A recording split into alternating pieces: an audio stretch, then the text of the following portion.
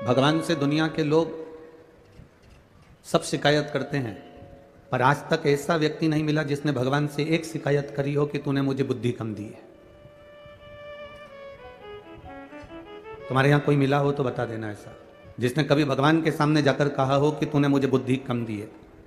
दुनिया के लोग शिकायत करते हैं भगवान से, तूने मुझे गाड़ी नहीं दी, तूने मुझे बंगला नहीं दिया, तूने मुझे बेटा नहीं दिया, तूने मुझे बेटी नहीं दी, तूने मुझे शादी नहीं करी, मेरी पत्नी नहीं आई, मेरा पति नहीं मिला, मुझे मकान नहीं दिया, मुझे सरकारी नौकरी नहीं दी, मुझे गवर्नमेंट का जॉब नहीं दिया, मुझे ये नहीं दिया, मुझे ज़मीन नहीं दी, मुझे जायदाद नहीं दी।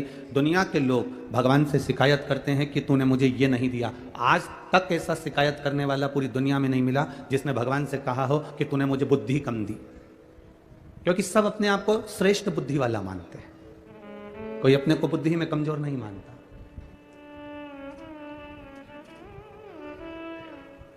एक श्रेष्ठता आप में है कि आप अपने आप को बुद्धि में कमजोर नहीं मानते, तो शिव महापुराण की कथा कहती है फिर भगवान की भक्ति में कमजोर कैसे हो सकते हो, उसके भजन में कमजोर कैसे हो सकते हो, आप उसके अनुमोदन में, उसके निवेदन में, उसकी श्रद्धा में अपनी कमी कैसे ला सकते हो, उसके विश्वास में अपनी कमी कैसे ला सकते हो। हम अपने भरोसे को प्रबल क्यों नहीं बना पाते। जिस दिन हमारा भरोसा, हम हमारी दृढ़ता परमात्मा के भरोसे पर छोड़ देते हैं, वो कहते हैं ना, दो तरह के लोग होते हैं, कोई ईश्वर के लिए, भगवान के लिए सब कुछ छोड़ देता।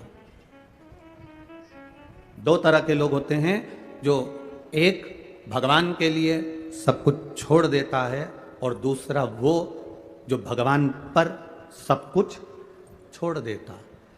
अब दोनों का नाम आप बोलिएगा, पहला कौन व्यक्ति कौन है? दो तरह के लोग हैं। पहला कौन सा? जो भगवान के लिए, बोलो जम के बोलो, सब कुछ छोड़ दे। कई लोग कहते हैं हमने घर छोड़ दिया, हमने ये परिवार छोड़ दिया, हमने रिश्ते छोड़ दिए, भगवान के लिए हमने अपना मकान छोड़ दिया, भगवान के लिए हम जंगल में जाकर बैठ गए, भगवान के लिए हमने वानप्रस्थ धारण कर लिया, भगवान के लिए हमने भोजन छोड़ दिया, भगवान के लिए हमने खाना पीना छोड़ दिया, भगवान के लिए हमने सब सुख छोड़ दिया। कई लोग मिलते हैं जो कहते हैं, दो तरह के लोग होते हैं, एक भगवान के लिए, ईश्वर के लिए सब कुछ छोड़ देते हैं, और दूसरा वो होता है जो ईश्वर पर सब कुछ छोड़ देता है। इसमें सबसे प्रबल कौन सा है? इन दोनों में श्रेष्ठ कौन सा है? चलो बोलो रे छत्तीसगढ़ वालों, तिलदानेवरा वाले, बोलो जरा, दोनों में श्रेष्ठ कौन सा है? पहला है भगवान के लिए सब कुछ छोड़ देना, और दूसरा है भगवान पर सब कुछ छोड़ देना। अब आपके हिसाब से श्रेष्ठ कौन सा है, पहला कि दूसरा? दूसरा। बस आपके लिए ताली बजा लो कि आज आपने श्रेष्ठता का निर्णय दिया। ये आपके लिए है।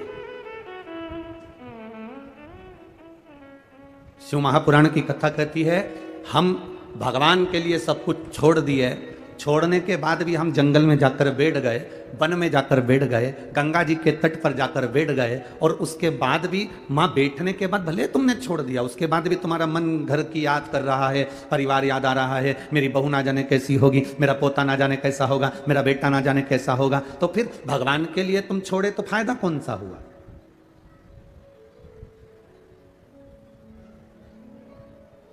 हमने पहले भी कथा में कहा, संत बनना सरल, साधु बनना सरल, तपस्वी बनना सरल, सन्यासी बनना सरल, गंगा जी के घाट पर बैठकर तप करना सरल, नर्मदा जी के तट पर बैठकर भगवान की भक्ति करना सरल, यमुना जी के घाट पर रहकर भजन करना सरल, सरयू के घाट पर बैठकर तप करना सरल, पर सबसे ज्यादा कठिन है घर में रहकर, परिवार में रहकर उनका भरण पोषण करते हुए भगवान का भजन करना। यह कठिन है,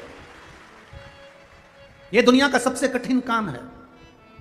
हमने कभी नहीं कहा कि आप अपनी नौकरी छोड़ दो, कथा में आकर बैठ जाओ। हमने ये नहीं कहा कि तुम तुम्हारी दुकान बंद कर दो, कथा में आकर बैठ जाओ। आज तक इस व्यासपीठ ने ये नहीं कहा कि तुम तुम्हारा परिवार छोड़ दो, कथा में आकर बैठ जाओ। ये व्यासपीठ हमेशा कहती रही, अपनी नौकरी करो, अपनी चाकरी करो, अपना व्यापार करो, अपना व्यवसाय करो, पर उस व्यापार को, उस व्यवसाय को, उस नौकरी के साथ में इतना सा समय जरूर निकालना कि तुम्हारे मुख से श्री शिवाय नमस्तुभ्यम निकल जाए, तुम्हारे मुख से राम नाम, कृष्ण नाम निकल जाए, तुम्हारे मुख से भगवान का भजन निकल जाए। क्यों? नौकरी करते, व्यापार करते, तनख्वाह लाते, तुम जितनी कमाई करोगे अपनी बीवी और बच्चों के लिए करोगे, तुम जितना कमाओगे अपने परिवार के लिए कमाओगे, तुम जितनी मेहनत करोगे अपने परिवार के लिए करोगे, अपने परिवार को देने का प्रयास करोगे। और तुमने जो बीमा इकट्ठा करा है, पैसे जोड़ जोड़ कर जो तुमने इकट्ठा करा बीमा, तुम्हारे मरने के बाद भी मिलेगा तो तुम्हारे परिवार को मिलेगा। पर तुम नौकरी करते करते, काम करते करते जो तुमने भजन कर लिया, काम करते करते जो तुमने मंत्र जाप कर लिया, काम करते करते तुम्हारे मुख से श्री शिवाय नमस्तुभ्यम निकल गया, काम करते करते तुम भगवान का भजन कर लिए, तो वो तुम्हारी जिंदगी भर तुम्हारे साथ में जाने वाला है, अंत समय तक तुम्हारा साथ निभाने वाला है। हमने एक बात पहले भी कथा में कही, आप लोगों ने सुनी कि नहीं सुनी? हमने कहा था जब तुम्हारा व्यापार अच्छा चले ना, तुम्हारी नौकरी अच्छी चले ना, तो पत्नी के जेवर बनवा दो। तुम्हारा व्यापार अच्छा चले, तुम्हारी नौकरी अच्छी चले तो थोड़ी जमीन खरीद लो। तुम्हारा व्यापार अच्छा चले, तुम्हारी नौकरी अच्छी चले तो थोड़ा बच्चों के लिए अच्छा कर दो। तुम्हारा व्यापार अच्छा चले, तुम्हारी नौकरी अच्छी चले तो एक दो प्लाट लेकर पटक दो। तुम्हारा व्यापार अच्छा चले, तुम्हारी ये हम जब ये बात बोलते हैं ना, तो कई लोग हमसे नफरत करते हैं कि बताओ, इनको तो कहना चाहिए कि सब छोड़ दो, उल्टा ये कहते हैं और खरीद लो। ये सियोर वाला महाराज तो पगला है पूरा। हमारे लोग विरोधी हो जाते हैं इस चक्कर में कि ये उल्टी कथा बाजता। हमारा निवेदन है, जब तक तुम्हारा व्यापार अच्छा चले, तुम्हारी नौकरी अच्छी चले, पत्नी के जेवर बनवाओ, बच्चों की एजुकेशन कराओ, अच्छे कपड़े दिलाओ, प्लाट खरीद लो, जमीन खरीद लो, मकान बना लो। चलती हुई नौकरी में, चलते हुए व्यापार में तुम अपने परिवार के लिए सब कुछ करो, पर इतना याद रखना, जैसे चलती हुई नौकरी में जेवर बनाओगे चल जाएगा, चलती हुई नौकरी में, चलते हुए व्यापार में जमीन खरीद लोगे तो पैसा दिला जाएगा, उसी तरह इस चलती हुई श्वास में भगवान का भजन कर लोगे तो जीवन सार्थक हो जाएगा। चलते चलते चलने दो, काम करते रहो, नाम जपते रहो, पार कर देगा वो भी कभी ना कभी। चलती नौकरी में दुकान, चलती नौकरी में व्यापार, चलती नौकरी में जमीन जायदाद सब करो, तो हाथ पैर चल रहे हैं तब तक भगवान का भजन भी करो। शरीर चल रहा है तब तक भगवान का भजन भी करो। शरीर चले तब तक कथा में जाओ, शरीर चले तब तक तीर्थ में जाओ, शरीर चले तब तक भगवान के दरवाजे जाओ। और बहुत याद रखना, दो चीजें स्मरण में रखें, तुम्हारे घर में चले तब तक सारे दान पुण्य कर लो, और जब तक शरीर चले तब तक कथा सुन लो, तब तक तुम्हारी मर्जी पड़े जहां जाओ। शरीर चले तब तक इस शरीर का सदुपयोग करो, शरीर चले इस शरीर का सदुपयोग करिए। इस शरीर को गलत जगह पर मत भेजो, इस शरीर को गलत व्यसन में मत ले जाओ, इस शरीर को गलत जगह पर लेकर मत जाओ। कहां मदिरापान में, कहां मांसाहार में, कहां वेश्यावृत्ति में, कहां जुए में, कहां चरस में, कहां अफीम में, कहां गांजे में, कहां इस शरीर को लेकर जा रहे हो, कहां इस शरीर को पहुंचा रहे हो।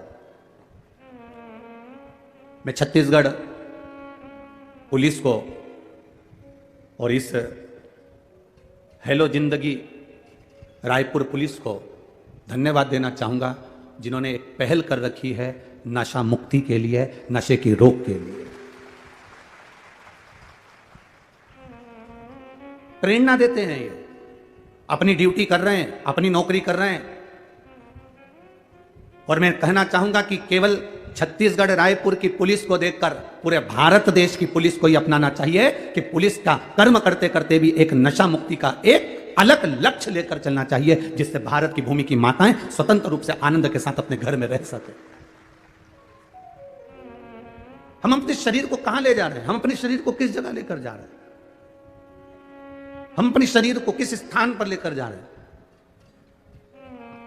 और केवल ये छत्तीसगढ़ पुलिस का फर्ज नहीं, रायपुर पुलिस का फर्ज नहीं, आपका भी फर्ज है कि आप व्यसन करने वालों को रोक सकते हैं और उनको सतमार्ग की ओर लेकर जा सकते हैं। ये अपना भी फर्ज है। एक बार रायपुर छत्तीसगढ़ की इस पुलिस प्रशासन के लिए, जिन्होंने हेलो जिंदगी का एक आनंद लेते हुए संपूर्ण क्षेत्र में अपने नशा से लोगों को दूर करने का प्रयास किया है, दूर करने, मैं धन्यवाद देता हूं। बहुत बहुत साधुता रखिए,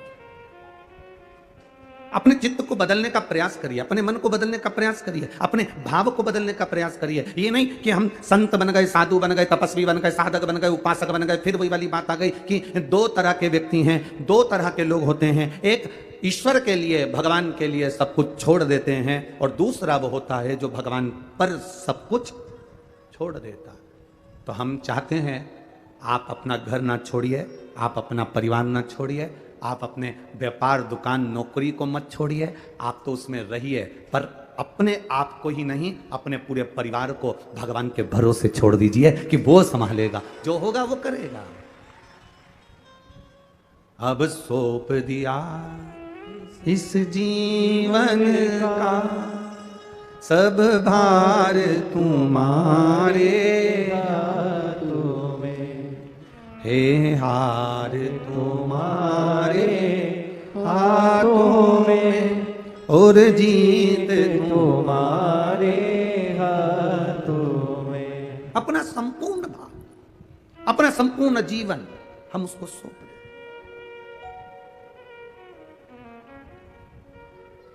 अपने संपूर्ण जीवन को हम परमात्मा पर सौंप दें। आप लोग जब यहां आ रही होगे ना, जितने लोग यहां आ रहे होंगे तो आपके घर के लोग करेंगे, इतना पानी गिर रहा है, घर में सुन लो ना, क्या करोगे मैं कीचड़ में जाके? अकल वकल नहीं है क्या तुम्हें? समझ नहीं पड़ती क्या तुमको? इतने में यह चोटी करती करती उसको घूर के देखी और वो बोल ही रहा है, क्या करोगी जाके? इतना पानी गिर रहा है, इतना कीचड़ हो रहा है। और वो चोटी करती करती फिर उसने पल्लू पे लिया, पेंसिल से लाइन खींची और डब्बा भर के और बिंदी लगा के रुमाल उठा के, रुमाल में थोड़ी सी सुपारी रख के इसलिए लाई कहीं बोर होंगी तो मुंह में सुपारी रख के और फिर चली। अब इसने अपने मना करने वाले बेटे से और परिवार वाले से, चल मेरे को छोड़ के आ, हम नहीं जाए, पानी गिर रहा है। चल अच्छा 500 रुपए दे। 500 रुपए काय के लिए? अब तू छोड़ने नहीं जा रहा तो मैं गाड़ी से जाऊंगा। इतने में बोला चलो मैं छोड़ देता हूं, और फिर छोड़ के फिर बोला इतना कीचड़ हो रहा है, मां कहां जा रही, इतनी कीचड़ हो रहा है, तू जा, अब मैं चली जाऊंगी, तू जा। आ रही थी, फिर मां रास्ते में जहां उतारा, मां 2-3 इसकी बेस्ट फ्रेंड मिल गई। अब फ्रेंड तो थी नहीं, बस कथा में आती थी तो पहचान हो गई। कथा की पहचान कोई कम होती है क्या? है? एक बात बताएं आपको, ये जब अपने प्राण छूटे ना, प्राण छूटने के बाद जब अपन लोग ऊपर जाएंगे ना, तो एक बात का ध्यान रखना, घर के लोग भले तुमको वहां मिले कि नहीं मिले पता नहीं, पर शंकर जी के मंदिर में तुम जो एक साथ जल चढ़ाती हो ना, ये सब वहीं पर मिलेंगे, एक जगह इकट्ठे हो, और वहां पर भी तुम चिल्ला चिल्ला के कहना बोल बम का नारा है। अब वहां पर भी तुम चुप नहीं रहना, और इतना भजन गाना, ढोलक पीट पीट के, मंजीरा बजा बजा के, तो पार्वती जी भी टेंशन में आ जाएगी, कहां से पकड़ ला है इनको। तो भोलेनाथ जी कहेंगे कहीं नहीं वो तिल्दा नेवरा की है, तो इसको तिल्दा नेवरा में क्यों नहीं छोड़िया है? कथा सुन सुन के आदत हो गई, कहीं रायपुर की सुन ली, भिलाई की सुन ली, भाटापारा की सुन ली, यहाँ की सुन ली, और अभी बच्चा कुछ है सावन में बालोद की सुन लेगी।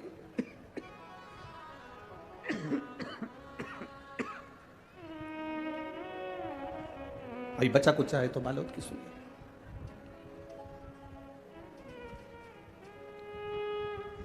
महाराज, भजन का जो बल है वो सबसे प्रबल बल है। भजन के बल के आगे सारा बल फीका है। मछली को बल मिलता है पानी में,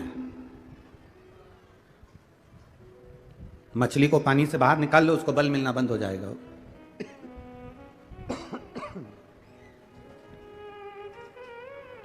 मछली को पानी में से बाहर निकालो, उसको बल मिलना खत्म हो जाएगा। मछली को बल मिलता है पानी में, शेर को बल मिलता है वन में, जंगल में। शेर अगर शहर में आ जाए तो उसको बल नहीं मिलेगा,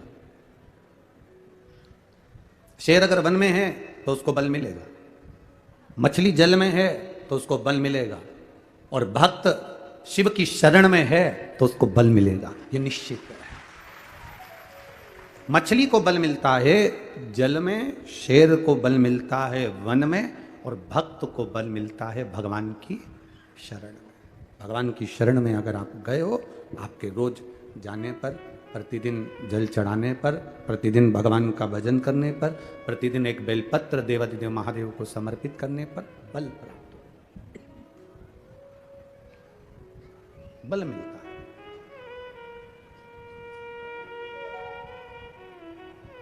आप रोज रोज जल चढ़ाने के लिए शिव के मंदिर जाइए, आप रोज रोज जल चढ़ाने के लिए भगवान देवाधिदेव महादेव के द्वार पर जाइए। आपको लोग कहेंगे कहाँ जा रहे हो, क्या मिल रहा है वहां जाने से, क्या प्राप्त हो रहा है आपको वहां जाने से। तब आप कह सकते हो मुझे जिंदगी जीने का एक बल प्राप्त हो रहा है, मुझे जीवन जीने का एक तरीका प्राप्त हो रहा है।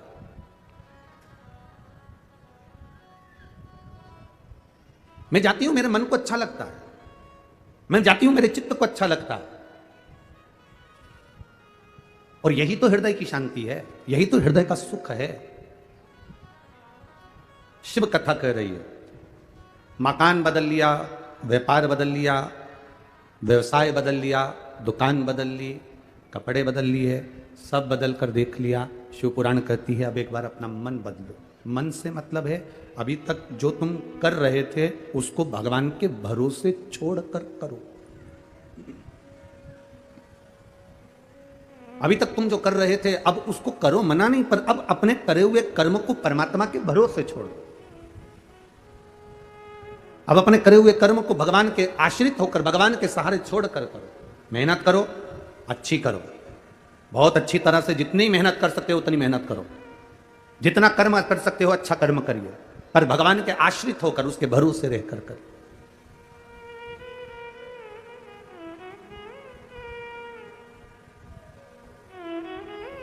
अपनी जिंदगी में कोई कर्म ऐसा कर कर जाऊं कि बाद में लोग याद रखें। एक बार ब्रह्मा जी विश्राम कर रहे थे, जब नया कल्प प्रारंभ होने वाला रहता है तो नए कल्प के प्रारंभ के पहले ब्रह्मा जी से कहा गया है कि तुम कुछ देर का विश्राम कर सकते हो, तुम कुछ देर का आराम कर सकते हो, तुम कुछ देर का विश्राम कर सकते हो। अब नया कल्प प्रारंभ होने वाला था, जब नया कल्प प्रारंभ होने वाला रहता है तब 33 कोटि देवी देवता सब ब्रह्मा जी के पास आते हैं और ब्रह्मा जी के पास आकर उनकी स्तुति करते हैं। और स्तुति के साथ में जो नया कल्प का निर्माण होता है, नई सृष्टि का जो निर्माण होता है, उसको उसका संचालन ब्रह्मा जी के सम्मुख में सब देखते हैं। नया कल्प, अब नए कल्प का प्रारंभ होने वाला था, सारे देवता ब्रह्मा जी के पास में जाके खड़े हो गए। सारे देवताओं ने ब्रह्मा जी के पास जाकर, सारे देवता देख रहे तो ब्रह्मा जी जैसे ही बस नया कल्प प्रारंभ होने वाला था, और ब्रह्मा जी के लिए नियम है कि थोड़ी देर की निंद्रा, थोड़ी देर के लिए विश्राम आप कर सकते हो। और ब्रह्मा जी कुछ देर का विश्राम कर रहे थे, ब्रह्मा जी थोड़ी देर की निंद्रा ले रहे थे। और निंद्रा लेते ही ब्रह्मा जी बस उठे, उठते से ब्रह्मा जी के मुख में जमाई आ गई। जैसे ही जमाई आई तो ब्रह्मा जी के जमाई लेते से ही उसमें से एक विकराल सा, बड़ा बड़ा विचित्र सा एक मनुष्य बाहर निकला। बड़ा विकराल सा, बड़ा विचित्र सा, बड़ा विचित्र एक मनुष्य बाहर निकला, प्रकट हुआ। ब्रह्मा जी ने देखा कि बड़ा सारा उसका स्वरूप है, बहुत बड़ा उसका स्वरूप है और सुंदर भी बहुत है। शरीर पर इतना तेज है कि एकदम उसका शरीर लाल हो रहा है, बड़ी बड़ी भुजाएं उसकी, बड़ा बड़ा शरीर उसका, बड़ा वीर सा नजर आ रहा है, बड़ा प्रबलता सा नजर आ रहा है। ब्रह्मा जी ने पूछ लिया तुम कौन हो? उसने कहा मुझे नहीं मालूम मैं कौन हूं। क्या नाम है तुम्हारा? मुझे नहीं मालूम मेरा नाम क्या है। कहां से आए हो? पता नहीं, परंतु इतना जानता हूं कि मैं आपके शरीर से प्रकट हुआ, मैं इतना जानता हूं कि आपके शरीर से हुआ हूं। आपने जब निंद्रा त्यागी, निंद्रा त्यागने के बाद आपने जो बकासी ली, आपने जमाई ली और उस जमाई से मैं प्रकट हुआ। यह कथा आपको मालूम होना चाहिए, और केवल छत्तीसगढ़ वालों के लिए नहीं, पूरे विश्व के माताओं को यह मालूम होना चाहिए कि तुम्हारे मांग में जो सिंदूर भरा होता है, हनुमान जी को जो सिंदूर चढ़ा हुआ होता है, गणेश जी को जो सिंदूर चढ़ा हुआ होता है, माता के मांग में जो सिंदूर भरा हुआ होता है, वो सिंदूर आया कहां से था? ये पूरे विश्व की माताओं को, ये पूरे भारत देश की नहीं, संपूर्ण विश्व की माताओं को यह मालूम होना चाहिए कि गणेश जी पे चढ़ा हुआ सिंदूर कहां से आया, सिंदूर का जन्म कहां से हुआ, हनुमान जी पे चढ़ा हुआ सिंदूर कहां से आया, उस सिंदूर का जन्म कहां से हुआ। नारी के मस्तक पर जो सिंदूर भरा रहता है, वो सिंदूर आखिर नारी के मस्तक पर आया तो वो सिंदूर का जन्म कहां से हुआ, उस सिंदूर की प्रबलता क्या है?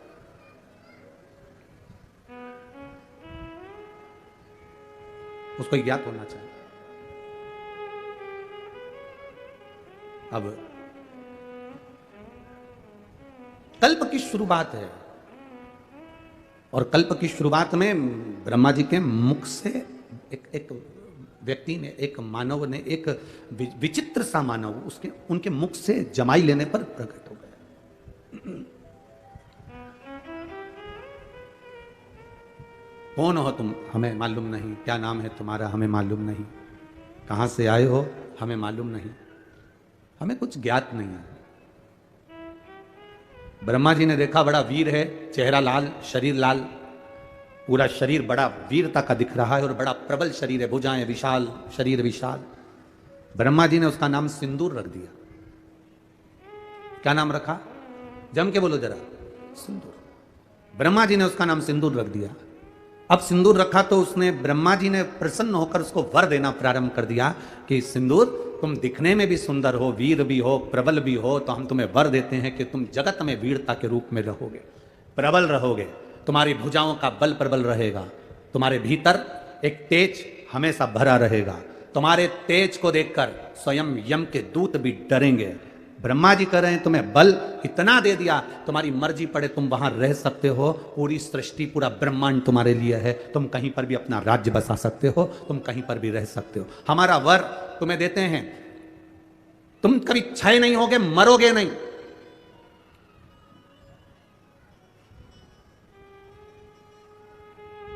पीछे शंकर भगवान खड़े थे। भगवान देवादित्य महादेव ने कहा कहां का वर दे रहे हो कि मरेगा नहीं?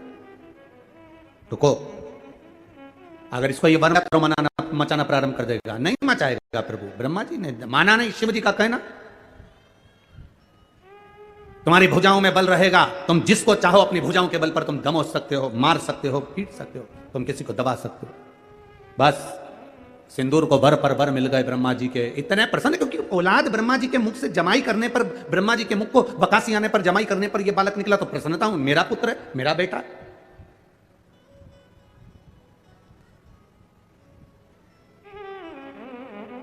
बेटे को लायक बनाओ, मना नहीं है। बेटे को खूब पढ़ाओ, मना नहीं है। बेटे को लायक बनाओ, मना नहीं है। पर बेटे को इतना लायक मत बना देना कि वो अपने मां बाप को ही नालायक समझने लगे। बेटे को लायक बनाना, पढ़ाना, खूब पढ़ाना, पर बेटे को इतना लायक मत बना देना कि जिस मां ने उसको समझाया, जिस पिता ने उसकी एजुकेशन पर खर्च करा, जिस मां ने उसको पढ़ाया, जिस पिता ने अपनी नौकरी कर कर रुपया बचा बचा कर अच्छे कॉलेज में भेजा, जिस मां ने उसके कपड़े, उसका पहनावा, उसका रहन सहन, जिस मां ने उसको बना बना कर भोजन खिलाया, जिस पिता ने अपनी पूरी जिंदगी बेटे को एजुकेशन देने में, पढ़ाने में, आगे बढ़ाने में लगा दी, एक दिन बेटा अपने मां बाप को नालायक समझे, इतना लायक मत बनाना। बेटों को लायक बनाओ, बच्चों को लायक बनाओ, पढ़ाओ, खूब पढ़ाओ, पर संस्कार देकर पढ़ाना। जो बच्चे संस्कार लेकर नहीं पढ़ते, पढ़ते तो हैं पर उनमें संस्कार नहीं होते, तो एक दिन माता पिता को वो नालायक समझने लगते हैं। हमारे मम्मी पापा में तो अकल नहीं है, हमारे पापा तो हर कुछ के देते हैं, हमारी मम्मी तो हर कुछ बोल देती है, हमारी माँ में तो अकल नहीं है, हमारे पिताजी में तो अकल नहीं है। जब तुम्हारे बच्चे तुम्हारे मुंह पर कह दे कि तुम्हें अकल नहीं, तुम चुप बैठी रहो, तुम्हें अकल नहीं, तुम चुप रहो, जब तुम्हारे घर के बच्चे बोलने लगे ये शब्द, समझ लेना कि तुमने बेटों को लायक तो बनाया पर संस्कार देकर लायक नहीं बनाया, इसलिए वो तुम्हें नालायक समझ रहे हैं। खूब पढ़ाओ, हम मना नहीं करेंगे, जितनी तुम्हारी कैपेसिटी है उससे ज्यादा पढ़ाइए, जितनी तुम्हारी कमाई है उससे ज्यादा खर्च कर बेटों को उज्जवल भविष्य बनाइए। बेटा बेटी को अच्छा पढ़ाने का प्रयास करिए, बेटा बेटी का जिंदगी अच्छा बनाने का प्रयास करिए, पर बेटा बेटी आपको लायक बनते बनते आपको नालायक ना समझने लगे, इसलिए थोड़ा संस्कार देने का प्रयास करिए। बच्चों से कहो एक लोटा जल शिव जी को चढ़ा करा, बच्चे कहेंगे माँ जल चढ़ाने से क्या होता है? कुछ नहीं होता, मेरे मन को शांति मिलती है, तू जल चढ़ा करा। मैं जल चढ़ाने नहीं जाऊंगा, मैं भोजन नहीं दूंगी, मैं बाजार में खा लूंगा, घर का दरवाजा बंद है, जाओ खाओ। बच्चों को लायक बनाने का प्रयास करो, पर साथ में संस्कार देकर। अपने दादा दादी के पांव पड़, प्रणाम कर, चरण छू, नमन कर। एक दिन बेटा चरण नहीं छूता, दूसरे दिन मामी घर के बच्चे माता पिता कहते थे कोई बात नहीं, कल छू लेगा, हो गया ना, आज नहीं छुआ ना, कल छू लेगा, कल फिर नहीं छुआ, परसों छू लेगा, ना ना चरण छू। बच्चों को झुकाना, प्रणाम करना, नमन करना, आदर करना, सत्कार करना, बच्चों को ये सिखाना पड़ेगा। आज बड़ी विडंबना का जीवन, बड़ा विडंबना का समय चल रहा है। हम बेटा और बेटी को पढ़ा तो लेते हैं, हम बेटा और बेटी को उज्जवल भविष्य बना तो देते हैं, हम बेटा और बेटी को लायक बना तो देते हैं, पर हमारे बच्चे हमको एक दिन नालायक समझने लगते हैं। तब दिल दुखता है कि मेरी औलाद मेरे मुंह पर कहकर जा रही है, दुख होता है अंदर से। पढ़ाओ, कलेक्टर बनाओ, एसपी बनाओ, टीआई बनाओ, तुम्हारी मर्जी, पढ़े मंत्री बनाओ, संतरी बनाओ, कलंतरी बनाओ, तुम्हारी मर्जी, पढ़े तुम जो बनाओ, पर उनकी वाणी पर तुम्हारा आदर होना चाहिए। ऊंचे सिंहासन पर बैठकर आदर के शब्द समाप्त नहीं होना चाहिए। उनकी वाणी में तुम्हारा सम्मान होना चाहिए, उनकी वाणी में तुम्हारा आदर होना चाहिए, तुम्हारा सत्कार होना चाहिए।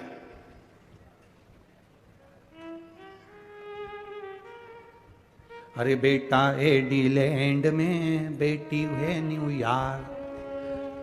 कई माता पिता रायपुर में हमसे कहते हैं, हमने पूछा क्यों साहब कहाँ रहते हो? बस गुरुजी आपकी जो कथा हो रही है ना, उसके पास में हमारी बिल्डिंग है, हम वहीं सी सेक्टर में रहते हैं। अच्छा सी सेक्टर में कौन सी? तो का बस 8वें मंजिल पर, चौथे मंजिल पर हमारा फ्लैट है। हमने कहा कौन कौन घर में? मेरा बेटा तो वहाँ है और मेरी बेटी वहाँ है। बेटा एडीलैंड में, बेटी है न्यूयॉर्क। और ब्राइट बच्चों के लिए हुआ बुढ़ापा डार्क। तो काका क्या करोगे, ये रुपया कहाँ धरोगे?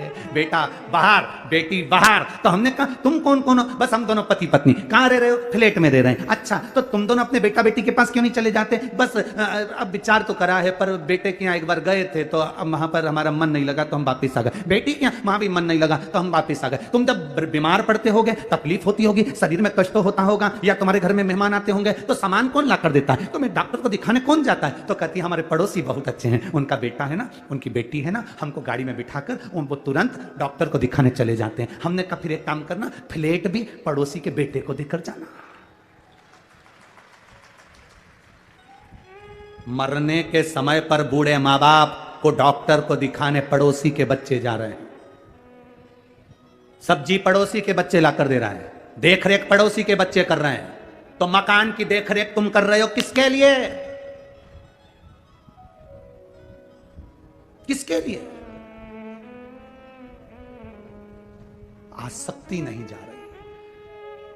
हमने कहा एक काम करो ना, जब पड़ोसी का बच्चा इतना कर रहा है तो एक काम कर दो, उसको थोड़ा बहुत तो अपनी प्रॉपर्टी दे। अरे गुरुजी कैसे लेके जाना? डॉक्टर को दिखाया आया तो क्या प्रॉपर्टी दिया है? सब्जी ला के दे देता, कोई प्रॉपर्टी दे रहे? तो तुम्हारे बेटे तुमने बड़े करे थे तुम्हारी सेवा के लिए, वो तुम्हारी सेवा नहीं कर रहे, तो तुम किसके भरोसे? किसके? अखबारों में देखो, अखबारों में जरा पढ़ना, कभी पुराना कई जगह का आपको मिलेगा। बुढ़ा बुढ़ी मर गए, बेटों को सूचना दे दी कि आ जाओ अंतिम संस्कार करने, तो कहते हैं ऑनलाइन करा देना। बाद में जब मर गए, अंतिम संस्कार भी मोहल्ले के लोगों ने कर दिया, तब बेटा बेटी आए, जमीन जायदाद बेच के पैसा लेके चले गए, पर माँ बाप का पिंडदान तक नहीं करा। ये जीवन है मानव का। किसके लिए जी रहे? हम किसके लिए अपनी जिंदगी जी रहे हैं? अरे बेटा एडीलैंड में, बेटी है न्यूयॉर्क।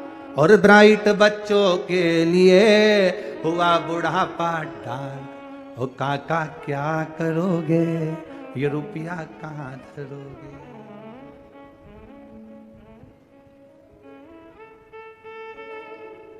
केवल ऑनलाइन बच्चों से प्रेम हो गया।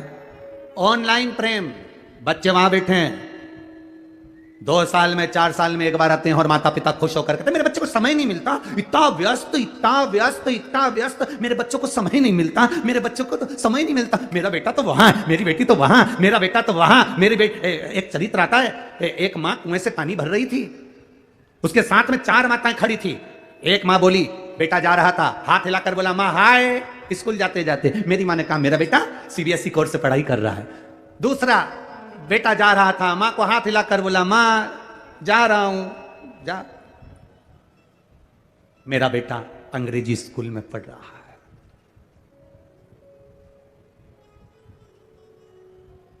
एक मां का बेटा जा रहा था, मां बाल्टी उठाकर ले जा रही थी। बेटे ने कहा रुक मां, पहले मैं बाल्टी घर रख कर आता हूं, फिर जाऊंगा। मां कहती है मेरा बेटा सरकारी स्कूल में पढ़ रहा है, ये मेरा बेटा है जो सरकारी स्कूल में पढ़ रहा है। अंग्रेजी स्कूल में पढ़ाओ, सीबीएसई कोर्स से पढ़ाओ, एक से बढ़कर एक स्कूल में पढ़ाओ, पर अपने बच्चों को संस्कारवान बनाने का जवाबदारी तुम्हारी है। क्या करोगे बाद में? क्या करोगे?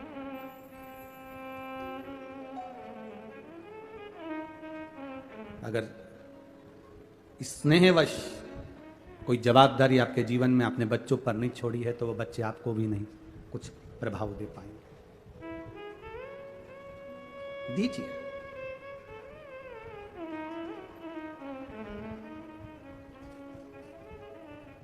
अपने बच्चों को प्रबल बनाने के साथ में हम कहें लायक बनाओ, पर आपको नालायक ना समझे। वो खूब पढ़ाओ, बच्चों को एक काम जरूर सिखाओ, जाओ शिव के मंदिर जाओ, थोड़ा बहुत झुकोगे, प्रणाम करोगे, नमन करोगे, मंदिर तक जाओगे, अपने संस्कारों को, अपने धर्म को भूल नहीं पाओगे। जिस बेटे को भगवान ब्रह्मा जी ने वर दे दिया, जिस बेटे को सब कुछ दे दिया, ब्रह्मा जी प्रसन्न होकर मेरा बेटा मेरा बेटा मेरा बेटा करके सब कुछ दे दिया ब्रह्मा जी ने, पूरे वर, पूरे आशीर्वाद जो दे सकते थे बेटे को दे दिया, सारे वर, सारे आशीर्वाद ब्रह्मा जी ने अपने पुत्र सिंदूर को दे दिए, सारे वर। मेरी जीजियों, ब्रह्मा जी जैसी गलती मत करना।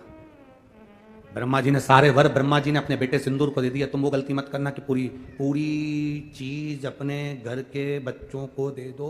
एक इतनी बड़ी लोहे की पेटी यहां से जाते जाते खरीद लो, उसमें भले कुछ मत रखो, जाते जाते 2-4 पत्थर उठा के ले जाओ, पुरानी साड़ी में लपेट के पेटी में रख दो, बउए आए उसके पहले पेटी पत्थरों से भर लो। बताना मत बउओं को, बोलने की जरूरत नहीं है बउओं को कि इसमें पत्थर भरा है, इसमें कुछ भरा हुआ है। बस दिवाली का समय आए, बउओं से कहना थोड़ा पेटी हटाना, मेरे को सफाई करना है। बउएं पेटी हटाएंगी, सफाई कर देना, बउओं को भी लगेगा कुछ है। मरती मर जाना, पर बउओं के सामने कभी पेटी मत खोलना, कभी मत खोलो।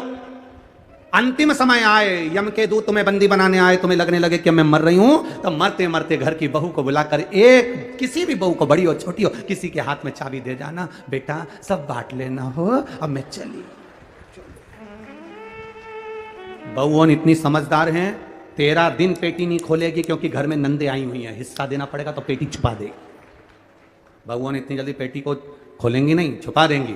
अब बहुओं को मालूम है सास के पास बहुत सामान है, तो 10वां भी अच्छा करेगी, 12वां भी अच्छा करेगी, खूब साड़ी बांटेगी, 12-13 खिलाएगी पिलाएगी, लड्डू गुलाब जामुन इमरता भजिया, सारे ब्राह्मणों का भोजन कराएगी, मेहमान को भी खूब देगी, और सब चले गए और ननन भी चली गई, तब बहुएं पेटी खोलेंगी और उनमें से भाटा निकलेगा और करम फोड़ेंगी। अब अपने को टेंशन नहीं, अपन तो गए, अपना काम हो गया ना। ब्रह्मा जी जैसी गलती मत कर देना कि पूरे बार एक साथ दे दिया, आयुष्मान भव, चिरंजीवी भवन, यशवान भव, ये भी दे दिया वो भी दे दिया। ऐसी गलती मत कर देना, थोड़ा ना थोड़ा अपना बुढ़ापा निकालने के लिए कमर में खोस के रखो, थोड़ा ना थोड़ा। एकदम ब्रह्मा जी ने सब दे दिया, सब ब्रह्मा जी ने दे दिया।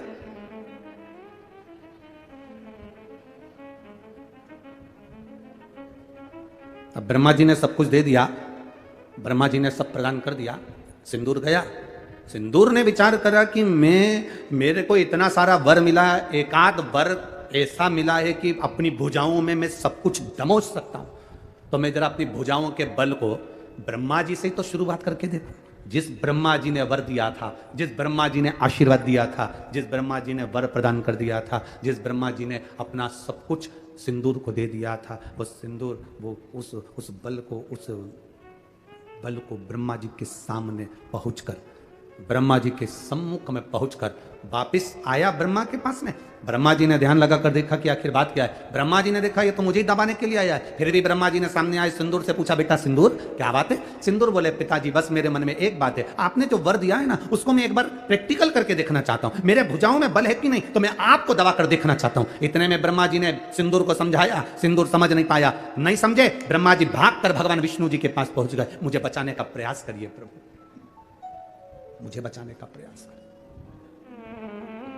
आप मुझे बचाइए प्रभु, मुझे बचाइए। भगवान नारायण ने देखा क्या बात है, सिंदूर आ रहा है, वो मुझे दबाना चाहता है, वर दिया है मैंने। भगवान नारायण ने देखा कि सिंदूर दौड़ता दौड़ता वहां आ गया। भगवान विष्णु ने सिंदूर को देखा और सिंदूर को देखकर भगवान विष्णु ने उसी समय पर समझाने का प्रयास करा, सिंदूर ये तुम्हारे पिता हैं और तुम इसे दबाना चाहते हो। सिंदूर कहते हैं मैं उनको नहीं दबाऊंगा, आपको दबा के देख लेता हूं, मुझे तो प्रैक्टिकल करना है, कहीं पर भी करूं। नारायण को दबाने के लिए सिंदूर आए तो नारायण ने सिंदूर को समझाने का प्रयास करा। सिंदूर ने कहा अगर तुम मुझे दबाना चाहते हो तो मुझसे प्रबल तो देवादिदेव महादेव हैं, जाओ उनको दबा कर बता दो। सिंदूर ने कहा यदि मेरी भुजा में इतना बल है तो देवादिदेव महादेव कहां रहते हैं? कैलाश पर, मृत्यु लोक में। सिंदूर आ गया कैलाश पर, मृत्यु लोक पर, भूमि पर, मृत्यु लोक की धरा पर, यह पृथ्वी पर, कैलाश पर आया सिंदूर।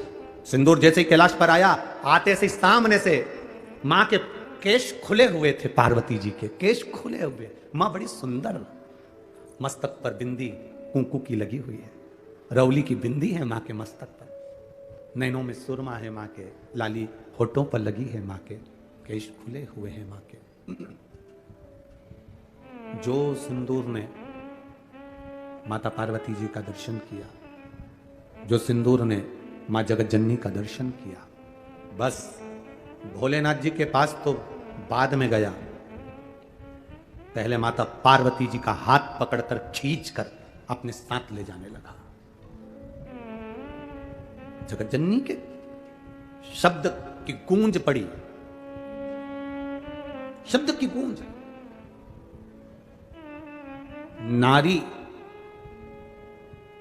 जब चीखती है, नारी जब चीखती है, उसकी चीख सुनकर जो उसका साथ दे देता है, परमात्मा भी उसको वर दे देता है। परमात्मा भी वर दे देता है। दो लोगों ने चीख सुनी थी नारी की। एक चीख माता सीता का जब हरण हुआ तो माता जानकी जी चीख दी, रावण जब खींच कर ले जाने लगा, जानकी जी चीखी, जटायु ने सुना। सुनते से जटायु ने आकर रावण के साथ में युद्ध किया, सीता को बचाने का प्रयास किया। चीख सुनकर सीता को बचाने का प्रयास किया।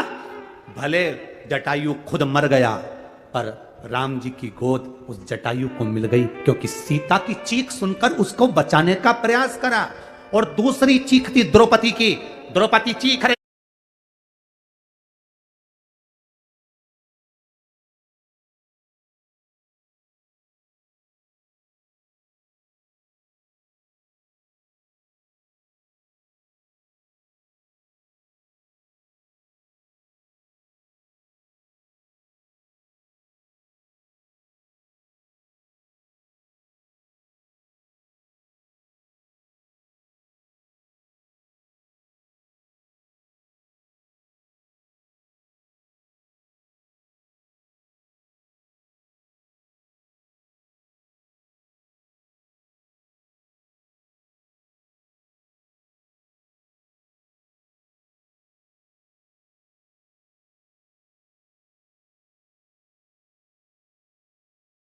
खड़े हुए का, और बेटी चीख रही है, उसको पत्थर से मारा जा रहा है, उसको चाकू से गोपा जा रहा है, और तुम देख रहे हो।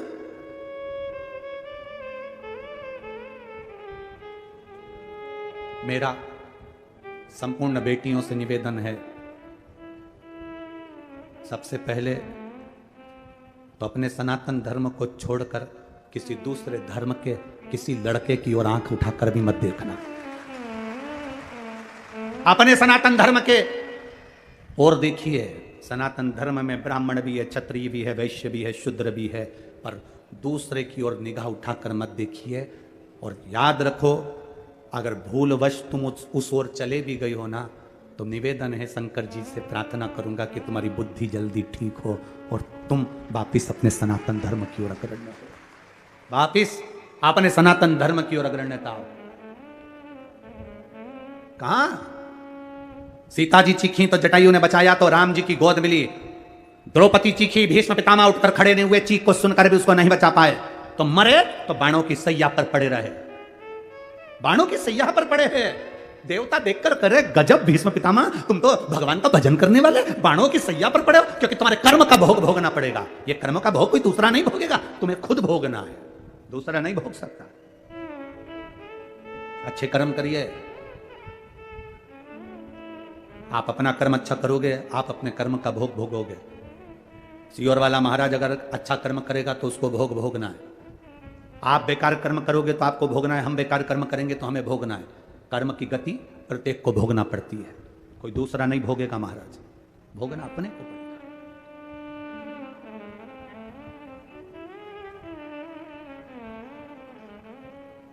पार्वती मैया ने हाथ पकड़ा, सिंदूर ने मां जगत जननी जगदंबा का, जगत धात्री दुर्गा का हाथ पकड़कर जब खींच कर ले जाने लगा, मां चीख पड़ी, पार्वती मां चीखी। इस कथा को सुनकर एक व्यक्ति ने मैसेज करा था एक बार पहले और कहा था कि पार्वती जी तो दुर्गा जी थी, तो फिर सिंदूर को मार सकती थी, फिर दुर्गा जी उस समय पर क्यों चीखी, उनको तो मार देना था। पत्नी के, स्त्री के, नारी के कई रूप होते हैं। जब पति के साथ में नारी रहती है तो पूरी जवाबदारी पति की होती है। अकेली मार्केट में अगर सब्जी खरीदने और कपड़े खरीदने गई है तो अपनी दमदारी पर जाती है, तब दिखा सकती है कि देवी क्या होती है। बच्चा भी ऐसा ही होता है। बच्चे की आदत होती है, अकेला बच्चा कहीं से गिर गया ना तुरंत कपड़े झाड़ कर खड़ा हो जाता है, और बच्चा अगर मां के साथ चल रहा है और गिर गया ना तो 25 बार रोता रहता है, लग गई लग गई लग गई, क्योंकि जब तक मां उसको ना संभाले, जब तक मां उसको प्रेम ना करे, जब तक मां उसको गले से ना लगाए, जब तक मां उससे लाड़ ना लड़ाए, जब तक मां उसको एक टॉफी ना दे दे, तब तक वो रोता ही रहेगा, भले उसको ना लगी है। बच्चे की आदत होती है, बच्चा मां है तो बड़ी सी टेबल पे से कूद जाएगा, मां है तो कहीं से भी कूद जाएगा, क्योंकि मेरी मां मुझे संभाल लेगी। ऐसे ही पत्नी, ऐसी नारी, ऐसी स्त्री होती है जो पति के साथ रहे, पति के साथ बैठी है, पति के सम्मुख में है, तो नारी सोचती है मैं क्यों जवाब दूं, जवाब देगी। हां, अपनी बहन के साथ जा रही है, बच्चों को लेकर जा रही है इस कपड़े दिलाने के लिए, और फिर कहीं का कुछ बोल दे, फिर तो तेरे भक्त जनों पे माता गिर पड़ी है और दानव दल पे टूट पड़ी इतने में फिर कहीं का किसी ने कुछ बोल दिया तो ये इधर आ रे, इधर आ, तेरे घर में माँ बेटी नहीं है क्या जो मुझे घूर कर देख रहा है। ऐसा दिया ना छठी का दूध याद दिला दूंगी।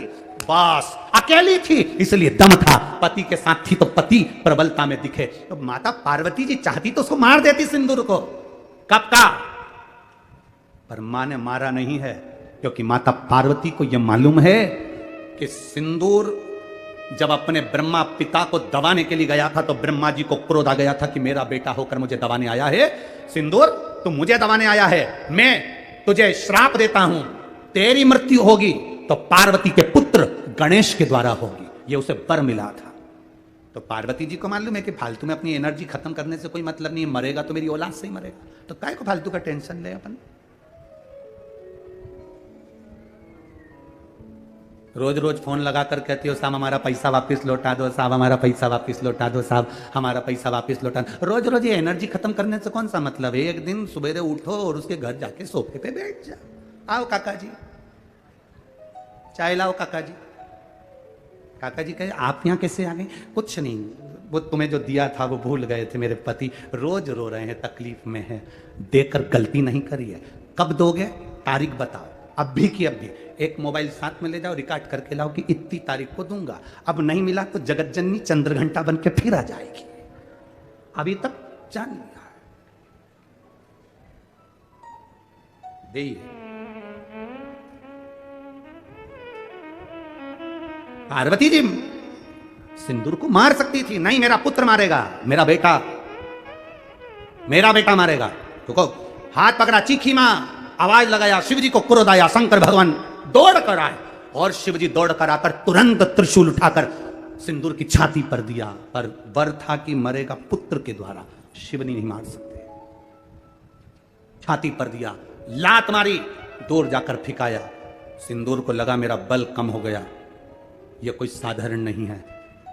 ब्रह्मा जी ने और भगवान विष्णु ने कहा था वो देव अधिदेव महादेव हैं, उसके सामने लोगों का बल कम हो गया। बस सिंदूर ने सोचा युद्ध करने से कोई मतलब नहीं है, पार्वती जी का हाथ छोड़ा, सिंदूर चला गया। समय आया, माता पार्वती जी स्नान करने गई, तन पर उपटन लगाया था। उपटन किस चीज का था? चंदन का उपटन पार्वती जी ने लगाया था, अबीर गुलाल का उपटन पार्वती जी ने लगाया था ना। शिव महापुराण कहती है पार्वती जी ने गोबर का उपटन लगाया था, इसलिए शरीर में से जब गोबर को निकाला गया था तो एक गणेश जी बने थे जिनका नाम था गोबर गणेश। गोबर गणेश आज भी विवाह में शादी में, बड़े कार्यक्रम में पीतल की मूर्ति नहीं रखी जाती है। आपके छत्तीसगढ़ में रखते हो तो बात दूसरी है, पर हमारे यहां तो आज भी शादियों में, बड़े बड़े फंक्शन में, मंडप के नीचे, कहीं विशेष फंक्शन में काय के गणेश जी बनते हैं? जम के बोलो जरा। गोबर के गणेश, मट्टी के गणेश, गोबर के गणेश बनकर बिठा दे। आज भी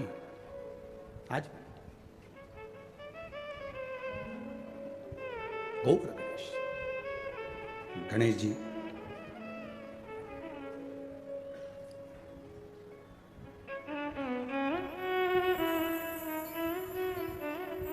प्रकट होते हैं।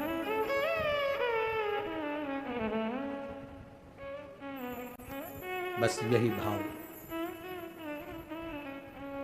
जब गणेश जी महाराज विनायक का सिर कटा, हाथी का शीश लाकर लगाया, तब उस जगह पर गणेश जी महाराज ने अपनी माता से पूछा कि मेरा जन्म का कारण क्या है? तो एक ही कारण था, वो तेरे पिता बताएंगे। वो तेरे पिता बताएंगे तेरे जन्म का कारण क्या है। जाओ।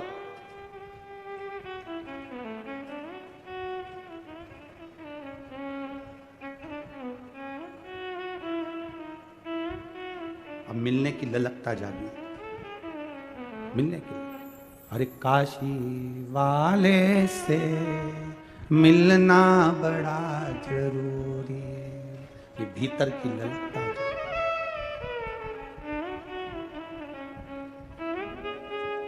मिलना बड़ा जरूरी, मिलना बड़ा जरूरी, काशी वाले से मिलना बड़ा जरूरी, डमरू वाले से मिलना बड़ा जरूरी, काशी वाले से मिलना बड़ा जरूरी, डमरू वाले से मिलना बड़ा जरूरी, डमरू वाले से मिलना बड़ा जरूरी, मिलना बड़ा जरूरी रे भैया, मिलना बड़ा जरूरी, मिलना बड़ा जरूरी है, मिलना बड़ा जरूरी है, मिलना बड़ा जरूरी भैया, मिलना बड़ा जरूरी, मिलना बड़ा जरूरी है, मिलना बड़ा जरूरी। ओ काशी वाले से मिलना बड़ा जरूरी, डमरू वाले से मिलना बड़ा जरूरी, काशी वाले से मिलना बड़ा जरूरी, डमरू वाले से मिलना बड़ा जरूरी।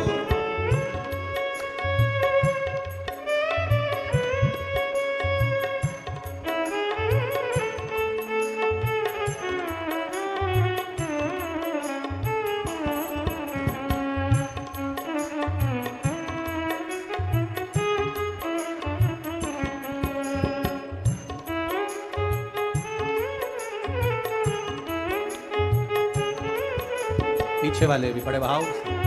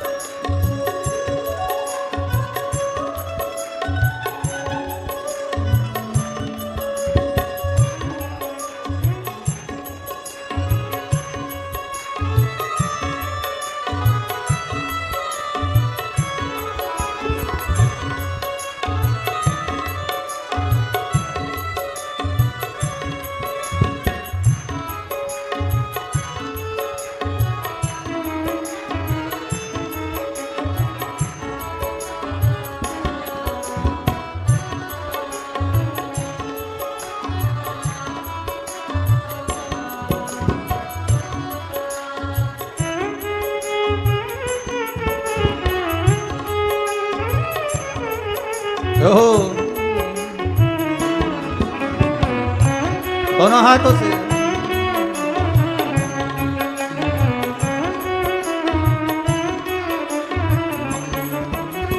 जो में होती पवन बसंती झोंका बन के आती, जो में होती पवन बसंती झोंका बन कर आती।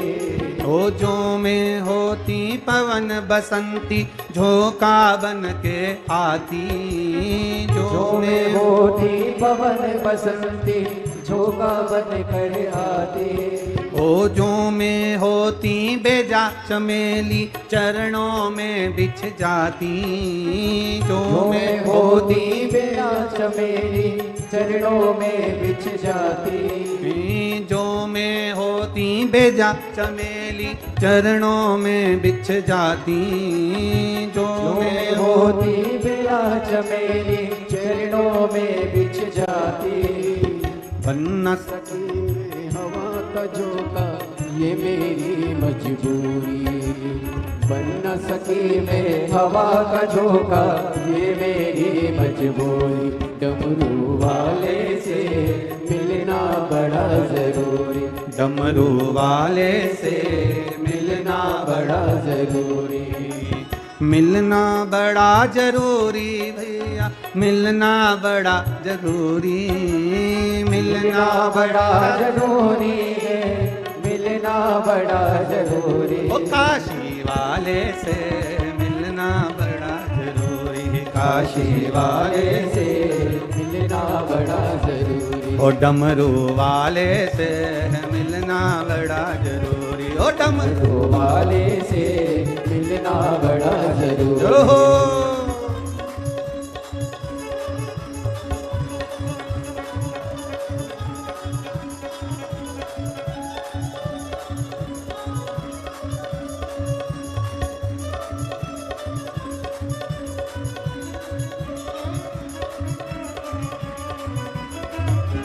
बोले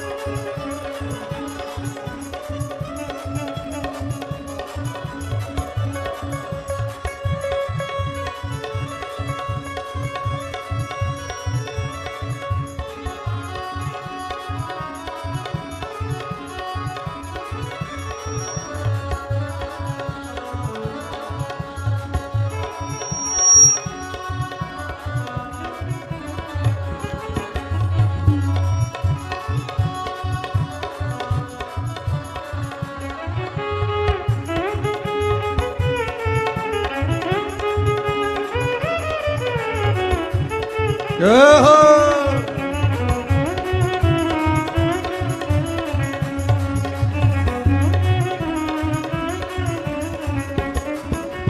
जो में होती कारी बदरिया छम छम नीर बहाती, जो में होती कारी बदरिया छम छम नीर बहाती।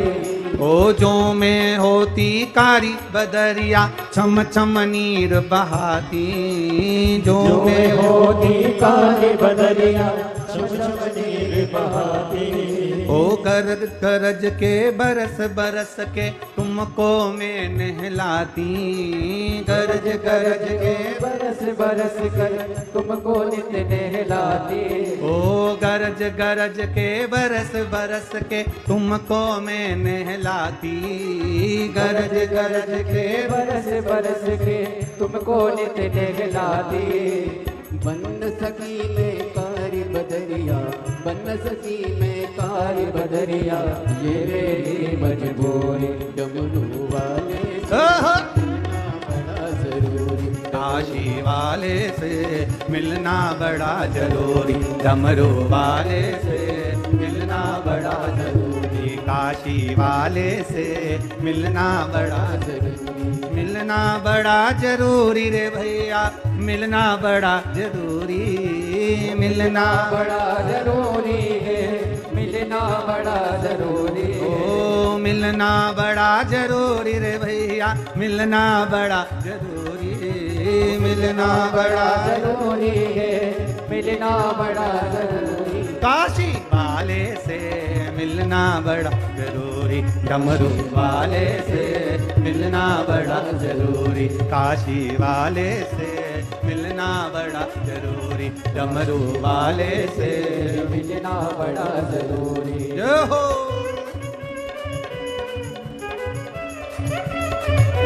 शंभू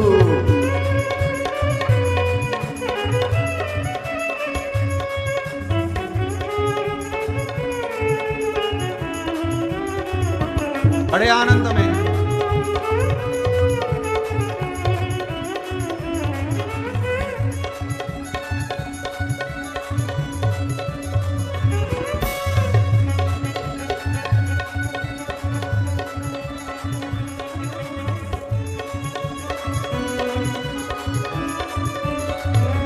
हरि बोल।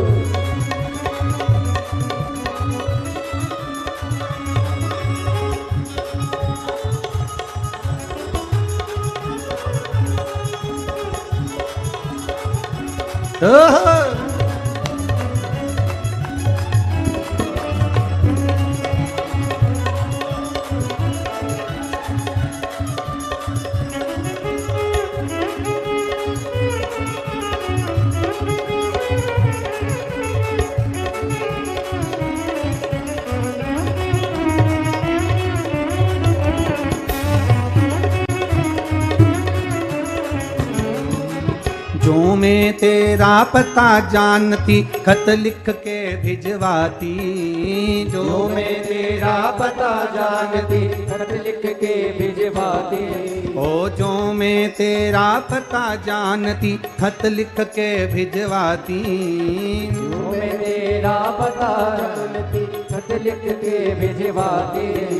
सब भक्तों को संग में लेकर तुमसे मिलने आती, सब भक्तों को संग में लेकर तुमसे मिलने आते। ओ सब भक्तों को संग में लेकर तुमसे मिलने आती, सब भक्तों को संग में लेकर तुमसे मिलने आते। पता तेरा मेरा पास नहीं है, पता तेरा मेरे पास नहीं है, ये मेरी मजबूरी। ओ काशी वाले से मिलना बड़ा जरूरी, ओ काशी वाले से मिलना बड़ा जरूरी, ओ डमरू वाले से मिलना बड़ा जरूरी, ओ डमरू वाले से मिलना बड़ा जरूरी। मिलना बड़ा जरूरी रे भैया, मिलना बड़ा जरूरी, मिलना बड़ा जरूरी, मिलना बड़ा जरूरी। ओ मिलना बड़ा जरूरी रे भैया, मिलना बड़ा जरूरी, मिलना बड़ा जरूरी, मिलना बड़ा जरूरी। ओ काशी वाले से मिलना बड़ा जरूरी, ओ डमरू वाले से मिलना बड़ा जरूरी। ओ काशी वाले से मिलना बड़ा जरूरी, काशी वाले से मिलना बड़ा जरूरी। ओ डमरू वाले से मिलना बड़ा जरूरी, डमरू वाले से मिलना बड़ा जरूरी। ओ काशी वाले से मिलना बड़ा जरूरी, काशी वाले से मिलना बड़ा जरूरी। ओ डमरू वाले से मिलना बड़ा जरूरी, डमरू वाले से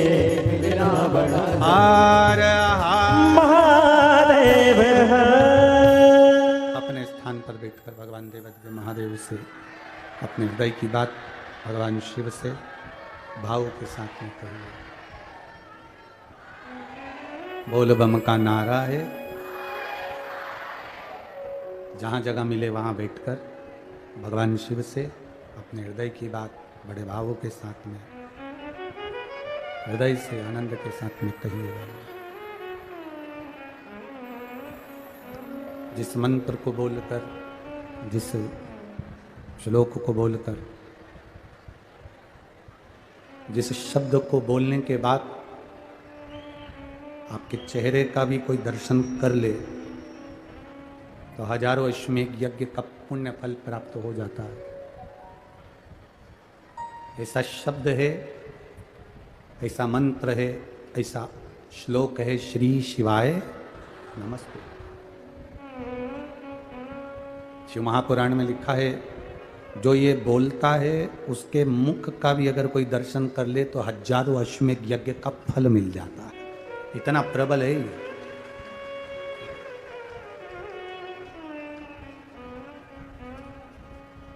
भाव से, दिल से, जहां जगह मिले वहां बैठकर भाव से बाबा से बोले, श्री शिवाय नमस्तुभ्यं, श्री शिवाय नमस्तुभ्यं, श्री शिवाय नमस्तुभ्यं, श्री शिवाय नमस्तुभ्यं, श्री शिवाय नमस्तुभ्यं। भोला सब दुख काटो हमारा, ओ भोला सब दुख काटो हमारा। शिव शंकर जपूं तेरी माला, भोले बाबा जपूं तेरी माला। भोला सब दुख काटो हमारा, ओ भोला सब दुख काटो हमारा। वेश मंगल मंगलकारी, वेश मंगल मंगलकारी। शमशान वासी हमारा, शमशान वासी हमारा। ओ भोला सब दुख काटो हमारा, ओ भोला सब दुख काटो हमारा। शिव कथा कह रही है, भगवान शंकर का संवाद कर रहा है। पार्वती मैया के तन से उपतन से श्री गणेश जी महाराज का प्रागट्य हुआ।